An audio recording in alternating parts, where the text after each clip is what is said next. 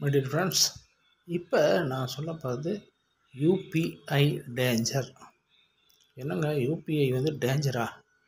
ஐயோ, நாங்கள் இப்போ தான் இது எல்லாமே யூபிஐயில் தானே பயன்படுத்திகிட்டு இருக்கோம்.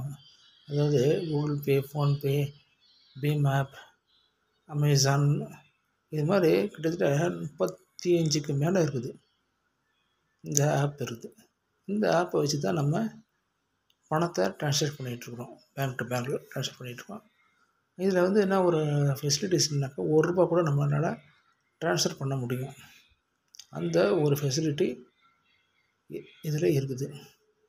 இதில் இருக்கக்கூடிய நன்மைகளை பற்றி இவ்வளோ நல்லா சொல்லிகிட்டு இருக்கிறீங்களே, இது ஏன் தீங்கு அப்படின்னு சொல்கிறீங்களா? இதை பற்றி தான் இந்த வீடியோ போட போகிறேன்.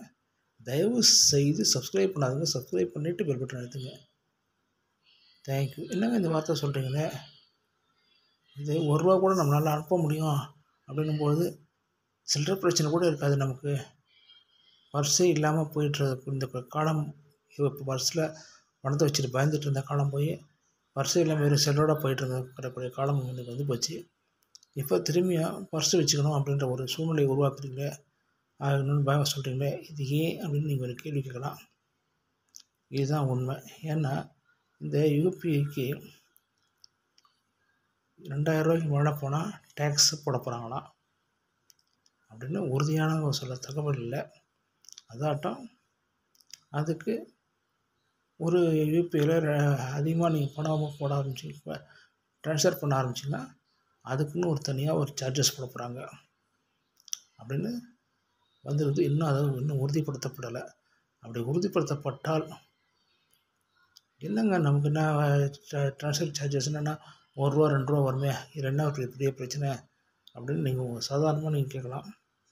சாதாரணமாக ₹2000 குறைஞ்சி உங்கள் வீட்டுக்கு ஒரு விருந்தாளி வந்திருக்கிறாரு. உடனே நீங்கள் என்ன செய்வீங்க?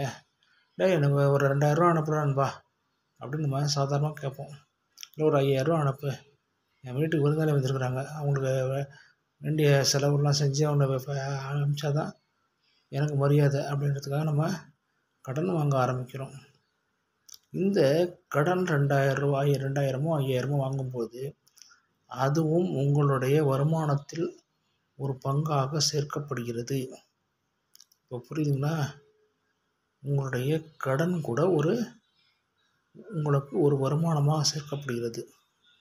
அப்படி இருக்கும்பொழுது உங்கள் நண்பர்கிட்டே நம்ம வாங்கின அந்த கடன் கூட உங்களுக்கு வருமானம் அப்படின்னும்போது அதுக்கும் நீங்கள் நாளைக்கு டேக்ஸ் கட்டக்கூடிய சூழ்நிலைகள் வந்தாலும் வரலாம். புரியுதுங்களா?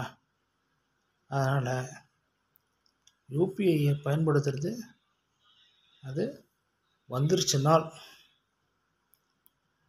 இன்னும் என்ன பாதிப்புகள் ஏற்படும். இப்போ ₹20 லட்சம் மேலே வந்ததுனால டேக்ஸ் போடுவோம்னு சொல்லிட்டு இன்கம் டேக்ஸுக்குள்ள நோட்டீஸ் அனுப்ப ஆரம்பிச்சிட்டான் ஒரு சில ஸ்டேட்ஸில். இன்னும் தமிழ்நாட்டுக்கு வரல. அப்படி வந்ததுனால இப்போயே என்ன செஞ்சிட்டாங்க, நிறையா ஸ்டேட்ஸில் அதை கியூஆர் கோடெல்லாம் க்ளோஸ் பண்ணிவிட்டு பணத்துக்கு மாற ஆரம்பிச்சிட்டாங்க. புரியுதுங்களா?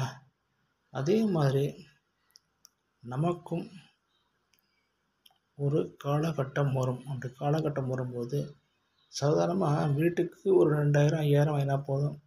அதாவது ஒரு தொழில் செய்கிறவனுக்கு 50,000 1,00,000 எனக்கு ஒரு ₹50,000 கொடு, நாளைக்கு தரேன், அதுக்கு உண்டான இன்ட்ரெஸ்ட் நான் தரேன் அப்படின்னு சொல்லிட்டு ஒரு நாள் இல்லைன்னா 10 நாள் இல்லை ஒரு மாதம் அப்படின்னு டைம் வாங்கி அதுக்கு பணம் வாங்குவாங்க.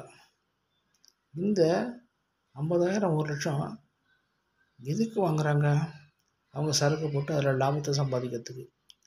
ஆனால் அதுவும் இவருக்கு ஒரு வருமானம்னு சொல்லிட்டு கணக்கு காமிச்சு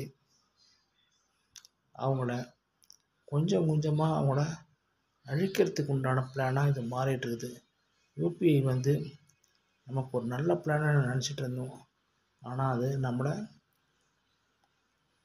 செமையாக சுற்று போடுது அப்படின்றது இப்போ தான் புரியுது. நீங்கள் கொஞ்சம் ஜாக்கிரதையாக இப்போ சாதாரணமாக நீங்கள் கடன் வாங்குறதா இருந்தாலும் ரூபாயில் வாங்குங்க, யூபிஐயில் வாங்காதீங்க.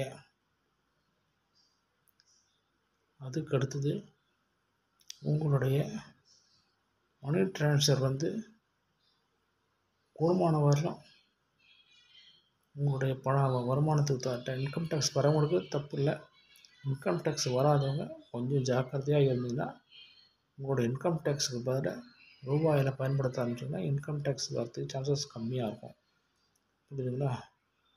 இது பிடிச்சதுன்னா லைக் பண்ணுங்கள், கமெண்ட் பண்ணுங்கள், தயவு செய்து சப்ஸ்கிரைப் பண்ணிவிட்டு பெல் பட்டன் அழுத்துங்க. தேங்க்யூ.